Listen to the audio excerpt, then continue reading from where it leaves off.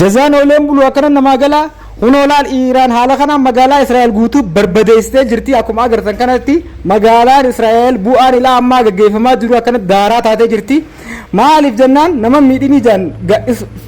ummata Gaazaa ummata Filisxeem akkasi daaraa godhaa turte Israa'el arrammoo bu'aan san isii deebi'ee manni isii akkana diigamee ummanni isii kana baqatee biyyarraa yaa'ee jira haaluma asirratti agartan kanaanii kunoo magaalaan isii barbadootee jirti ammaan tana Gaazaa wajji wal fakkaatte amma yoo jaarratanillee walumaan jaarratan maaliif tokko faca'ee tokko wanti hin jiru waan ta'eef kanaafuu asumaanuu injifannoon Iiraan akkana galmeessee jechuudha edallee haaluma kanaan magaalaa guddittii Kwaatar keessatti kaambii guddittii Ameerikaadhaa waraanaa barbadeessee jirti sanitti aansee ammaas ka Iraaq keessa jiru kaambii waraanaa barbadeessee jirti ka Sooriyaa keessa jiru barbadeessee jirti Iiraan jechuun ummanni addunyaan ka beektu biyya Islaamaatti isii beekanii kanaafuu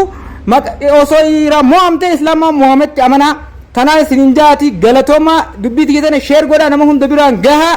walii dabarsaa dhaamsa kiyyaa galatooma isinin jaaladhaa